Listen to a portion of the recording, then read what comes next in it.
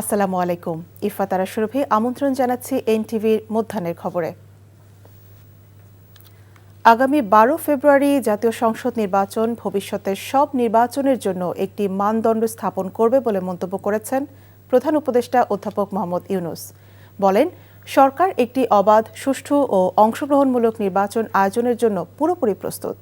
বৃহস্পতিবার রাজধানীর রাষ্ট্রীয় অতিথি ভবন যমুনায় বাংলাদেশে নিযুক্ত মার্কিন রাষ্ট্রদূত ব্রেন্ট ক্রিস্টেনসেন প্রধান উপদেষ্টার সঙ্গে সৌজন্য সাক্ষাতে তিনি এসব কথা জানান। সাক্ষাৎকালে দুই পক্ষের মধ্যে আসন্ন জাতীয় নির্বাচন, শ্রম আইনের সংস্কার, প্রস্তাবিত বাংলাদেশ যুক্তরাষ্ট্র শুল্ক চুক্তি এবং রোহিঙ্গা সংকট সহ বিভিন্ন বিষয় নিয়ে আলোচনা হয়।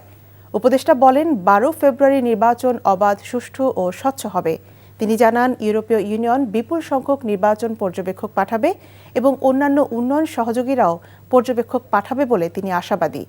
জবাবে রাষ্ট্রদূত ব্রেন্ট ক্রিস্টেনসেন বলেন, ফেব্রুয়ারি নির্বাচনে যারাই বিজয়ী হবেন তাদের সঙ্গে কাজ করতে তিনি আগ্রহী।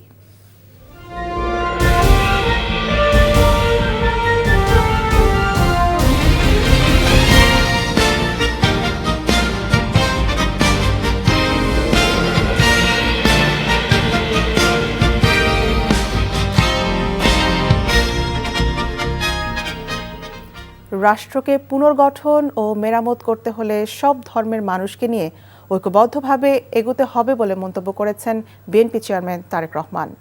শুক্রবার ভোর 4টায় নারায়ণগঞ্জের 2500 নির্বাচনী জনসভায় একথা বলেন তিনি। সিলেট থেকে শুরু করা নির্বাচনী সমাবেশের শেষ স্থল ছিল এটি। ভোটের আগে একটি গোষ্ঠী ষড়যন্ত্রে লিপ্ত অভিযোগ করে তিনি বলেন, তারা জনগণের এনআইডি ও মুঠোফোন নম্বর সংগ্রহ করে নিয়ে যাচ্ছে, প্রবাসীদের ব্যালট দখল করছে। বিএনপি ক্ষমতায় এলে লাখ লাখ বেকার তরুণ ও যুবকের জন্য কর্মসংস্থান সৃষ্টি করার প্রতিশ্রুতি দেন তিনি। এর আগে মধ্যরাতে নরসিংদীতে জনসভায় বক্তব্য দেন তিনি। আসন্ন ত্রয়োদশ জাতীয় সংসদ নির্বাচন উপলক্ষে প্রথম ধাপে নির্বাচনী সফর শেষ করেছেন বিএনপি চেয়ারম্যান তারেক রহমান। টানা 16 ঘণ্টায় দেশের 7টি জেলায় নির্বাচনী জনসভায় অংশ নিয়ে আজ শুক্রবার ভোরে তিনি ঢাকায় ফিরেছেন। কত বহুরূপী তারা, কাজে এই দেশকে, এই দেশের মানুষকে, এদের হাত থেকে রক্ষা করতে হবে। এখন যদি আমরা বলি, মন দিয়েছিলেন কি করি, এখন যদি আমরা বলি এই যে ঢাকা শহরে কিছুদিন আগে ভূমিকম্প হলো না, কয়েকবার ভূমিকম্প যে হলো, নরসিংদীতে হয়েছিল, নরসিংদী এখানে হয়েছে ভূমিকম্প, হ্যাঁ আচ্ছা, তো ঠিক আছে, উৎপত্তিস্থল। আচ্ছা, এখন যদি আমরা বলি এদের এইসব শিরকের জন্য আল্লাহ সতর্ক বার্তা দিচ্ছে আমাদেরকে, তাহলে এদের এই মিথ্যাচার, এদের এই মুনাফিকি, এদের এই শিরকের জন্য আল্লাহ হুঁশিয়ারি দিয়েছে যে তোরা এগুলা বন্ধ কর, না হলে এখানে বলবো। আমরা যদি এইটা বলি কোথায় যাবে তারা? কাজে আসুন এই শিরকিদের হাত থেকে, এই মুনাফিকদের হাত থেকে, এই ধোঁকাবাজদের হাত থেকে এই দেশকে, এই দেশের মানুষকে রক্ষা করতে হবে। এবং রক্ষা কারা করতে পারবে? রক্ষা করতে পারবে একমাত্র এই দেশের গণতান্ত্রিকামী মানুষ, এই দেশের গণতান্ত্রিকামী মানুষ, এই দেশের স্বাধীনতা সার্বভৌমত্বে যারা বিশ্বাস করে, একমাত্র তারা এই দেশের জনগণ রক্ষা করতে পারবে।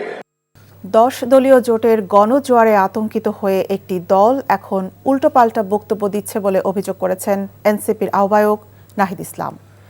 সকালে ঢাকা 11 আসনে নির্বাচনী প্রচার উদ্বোধন করেন তিনি। নাহিদ বলেন, 10 দল ঐক্যবদ্ধভাবে আগামী দিনে একটি ইনসাফ ভিত্তিক সমাজ প্রতিষ্ঠার লক্ষ্যে কাজ করবে।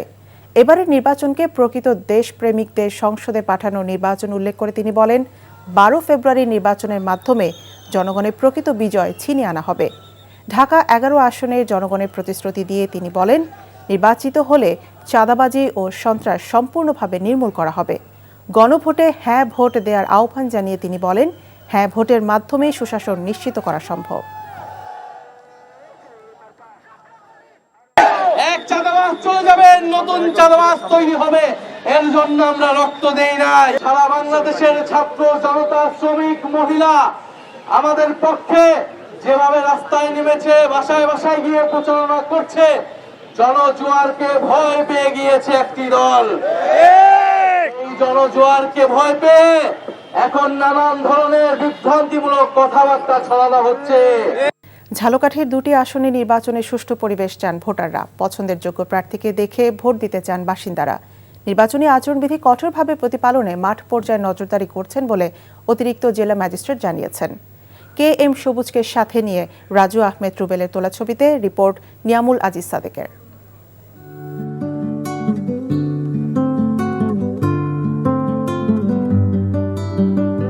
সুগন্ধা, বিষখালী ও গাবখান নদীর অববাহিকায় ঝালকাঠি জেলা। প্রায় 6 লাখ ভোটারের জন্য দুটি সংসদীয় আসন। দীর্ঘ 17 বছর ঝালকাঠির বিভিন্ন অঞ্চল ছিল দখল ও সন্ত্রাসের জনপদ। শান্ত এই জেলায় সেসব দুঃসহ স্মৃতি আর চান না এলাকার মানুষ। আমাদের দেশের উন্নয়ন করবে, আমাদের জাতির উন্নয়ন করবে, আমাদের একটাই চাওয়া। জনগণের জন্য কাজ করবে, প্রকৃত উন্নয়ন করবে, তাদেরকে ভোট দেওয়ার জন্য মানুষ মুখিয়ে আছে। ঝালকাঠি এক আসনে মোট ভোটার 2,28,000 এবং 2 আসনে 3,65,000। ভোটারদের উল্লেখযোগ্য অংশ কৃষি ও ব্যবসায় জড়িত। নির্বাচনী প্রচারণার ডামাডোলের মধ্যে ভোটাররা এবার আশা করছেন সুষ্ঠু একটি নির্বাচনের। নির্বাচন তো ভালো দেওয়া যায় বর্তমানে। মারামারি হইতে আসে না, পিটিপিটি কেউ বাধা দিতে আসে না। প্রশাসন নিরপেক্ষ হইতে হইবে, শক্ত হইতে হইবে, তাহলে জনসাধারণ নির্বিঘ্নে ভোট কেন্দ্রে যাইয়া ভোট দিতে পারবে। নির্বাচন শুধু কিছু ব্যক্তির ভাগ্য উন্নয়ন নয়, পুরো এলাকার মানুষের চাওয়া পাওয়াকে গুরুত্ব দিবে এমন প্রার্থী খুঁজছেন ভোটাররা। সবচেয়ে দুর্নীতিগ্রস্ত লোক ছিল আলহাজ আমির হোসেন আমু। উনি একটা আলহাজ লাগাইছিল। উনি এই দেশ থেকে পালিয়ে যাওয়ার সময় তার বাসভবনে কোটি কোটি টাকা পাওয়া গেছে। আমু ভাই যে কতটা যে এই ঝালকাঠি জেলার মানুষকে কতটা যে অত্যাচার করছে, এই আপনার হ্যাঁ বলার মতন না। অতীতের 3টি বিতর্কিত নির্বাচনের মতো পেশি শক্তি, কালো টাকার প্রভাব মুক্তভাবে নতুন বাংলাদেশ গঠনে নতুন ভোটাররা প্রার্থী নির্বাচন করবেন। ব্যক্তি দেখে দেব না, যে উপযুক্ত, যে আমার ভোটটা আমার নিজস্ব সম্পদের উপযুক্ত, আমি তাকেই ভোটটা দেবো। আমার সেবা ভালো পাইবো, তাকে আমি ভোট দেব। অবাধ সুষ্ঠু নির্বাচন হয়, কোনো হানাহানি মারামারি এবং সবাই যেন সুষ্ঠু না করে সুষ্ঠুভাবে ভোট দিতে পারি। প্রচারণার প্রথম দিন থেকে আইন শৃঙ্খলা ও আচরণবিধি মানাতে মাঠ পর্যায়ে কঠোর নজরদারি রাখছে রিটার্নিং কর্মকর্তা সহ সংশ্লিষ্ট ব্যক্তিরা। প্রত্যেক উপজেলায় 2 জন করে মোট 8 জন এক্সিকিউটিভ ম্যাজিস্ট্রেটকে দায়িত্ব প্রদান করেছি। তারা নিয়মিত সেখানে টহল দিচ্ছে, প্রযোজ্য ক্ষেত্রে মোবাইল কোর্ট পরিচালনা করবে। সবকিছু ছাপিয়ে রাজনৈতিক সহিংসতা মুক্ত একটি সুন্দর নির্বাচন দেখতে চায় ঝালকাঠির ভোটাররা। বাংলাদেশের কলকাতা হিসেবে খ্যাত ঝালকাঠি অঞ্চল, যেটি ব্যবসা বাণিজ্যের জন্য প্রসিদ্ধ ছিল, দীর্ঘদিন এই অঞ্চলে তারা তাদের জনপ্রতিনিধি পাননি। এবার ত্রয়োদশ জাতীয় সংসদ নির্বাচনে তারা চাইছেন তাদের পছন্দের প্রার্থীকে ভোট দিতে, তার মাধ্যমে তাদের যে ভাগ্য উন্নয়ন হয়নি এবার সেটি হবে। Niamul Aziz Sadek, NTV news, Jhalakathi. সংসদ নির্বাচনের প্রচার শুরুর পর থেকেই দেশে বিভিন্ন স্থানে ভোটারদের কাছে ছুটছেন প্রার্থীরা। কেউ গণসংযোগ, কেউ বা উঠান বৈঠকে ভোটারদের দিচ্ছেন নানা প্রতিশ্রুতি। খুলনা নিউ মার্কেট কাঁচাবাজার এলাকায় গণসংযোগ করেন খুলনা 2 আসনের বিএনপি প্রার্থী নজরুল ইসলাম মঞ্জু। একই আসনে জামায়াতে ইসলামের প্রার্থী শেখ জাহাঙ্গীর হোসাইন হেলাল প্রচার চালান নগরীর 30 নম্বর ওয়ার্ডে। চাঁদপুরের 5টি সংসদীয় আসনে প্রতিদ্বন্দ্বিতা করছে বিভিন্ন দলের 35 জন প্রার্থী। এর মধ্যে বিএনপির 5 জন এবং জামায়াতের প্রার্থী 3 জন। কুমিল্লা 4 আসনে উঠান বৈঠক সহ নির্বাচনী প্রচারে শাপলাকলিতে ভোট চান এনসিপির প্রার্থী হাসনাত আব্দুল্লাহ। লালমনিরহাট 3 আসনে বিএনপির প্রার্থী আসাদুল হাবিব দুলু গণসংযোগ করেন সদর উপজেলার শিবেরকুটিতে।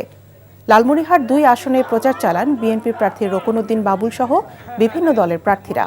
1 আসনে জাতীয় পার্টির প্রার্থী মশিউর রহমান রাঙা হাতীবান্ধার শাহ গরিবুল্লাহ মাজার জিয়ারতের মাধ্যমে প্রচার শুরু করেন। এছাড়া দেশের বিভিন্ন স্থানে নির্বাচনী প্রচারণা চালাচ্ছেন বিভিন্ন দলের প্রার্থীরা। রমজান মাস সামনে রেখে বাড়তে শুরু করেছে রোজা ও ইফতারির অন্যতম অনুষঙ্গ চিনি, ছোলা ও খেজুরের দাম। চাল, ডাল সহ অন্যান্য নিত্যপণ্যের দরও বাড়তি। বিশ্লেষকরা বলছেন নির্বাচনী ডামাডোলের কারণে এবার চাপা পড়ে যেতে পারে বাজার তদারকি, আর সেই সুযোগে বাজারকে অস্থির করে তুলতে পারে অসাধু ব্যবসায়ীরা। আরাফাত ইসলামের রিপোর্ট। মাত্র 1 মাস পরই শুরু হচ্ছে মুসলমানদের পবিত্র মাস রমজান। প্রতি বছরের মতো এবারও রমজানে নিত্যপণ্যের বাজার স্থিতিশীল রাখতে এখন থেকেই শুল্ক কমানো সহ নানা উদ্যোগ নিচ্ছে সরকার। কিন্তু সংযমের মাস সামনে রেখে অসংযমী হয়ে উঠছে মুনাফাখুর চক্র। তাই রোজার অনেক আগেই বাড়তে শুরু করেছে চাল, ডাল, চিনি ও মুরগিসহ বেশ কিছু নিত্যপণ্যের দাম। আমন মৌসুমের নতুন চাল বাজারে আসলেও দাম না কমে উল্টো বাড়ছে। সপ্তাহের ব্যবধানে নাজিরশাইল সহ প্রায় সব ধরনের সরু চালের দাম কেজিতে বাড়তি 3 থেকে 5 টাকা পর্যন্ত। সবচেয়ে বেশি 20 টাকা পর্যন্ত বেড়েছে সুগন্ধি চালের দাম। আড়তদার করে দিগেলে কয় যে দাম বেশি, আমরা তো আড়ত থেকে আনি, আর ওরা তো মনে করেন মেল থেকে আনে, আমরা তো মেলে যাই না। ধানের দাম বেশি, এই কারণে দাম বাড়ছে। চিনি ও ডালের বাজারও ঊর্ধ্বমুখী।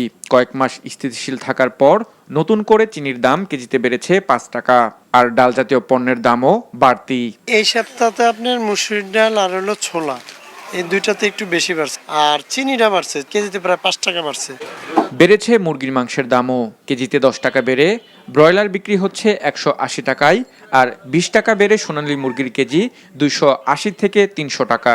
যারা সাপ্লাই দিতেছে এরা কইতাছে আমারে মুরগি শর্টের কারণে আমরা দাম বাড়াইতেছে, এই একটা কাজ কারবার শুরু হয়ে গেছে। রমজানে নিত্যপণ্যের বাজার সহনীয় রাখতে এখন থেকেই নজরদারি বাড়ানোর দাবি ভোক্তাদের। আশা করব সরকারের কাছে যেন বাজার তারা মনিটরিং বেশি করে, দেখুন মজুদদারি কেউ না করতে পারে, দাম যেন না বাড়ে। সরকারের সংশ্লিষ্ট মহল কঠোর না হলে রোজায় ভোক্তাদের উপর বাড়তি চাপ কমানো সম্ভব নয় বলে মত বিশ্লেষকদের। আমরা আশঙ্কা করছি, যেহেতু সরকারের প্রশাসন যন্ত্র অন্যদিকে ব্যস্ত থাকবে, এই সুযোগে আমাদের যারা অসাধু মুনাফাখোর ব্যবসায়ী তারা কিন্তু মানুষের পকেট কাটবে, এবং এটা সেই কারণে রমজানটা এবার সুখকর হবে এরকম আমরা আশা করতে পারছি না। আরাফাত ইসলাম, এনটিভি নিউজ, ঢাকা। এই ছিল মধ্যাহ্নের খবরে। এই খবরের ভিডিও সহ আপডেট জানতে ভিজিট করুন এনটিভি অনলাইন www.ntvbt.com। এছাড়াও এনটিভির জনপ্রিয় সব অনুষ্ঠান এবং খবরের আপডেট জানতে ভিজিট করুন আমাদের ইউটিউব এবং ভেরিফাইড ফেসবুক পেজ। দুপুরের খবর দেখার আমন্ত্রণ রইল। ধন্যবাদ সবাইকে।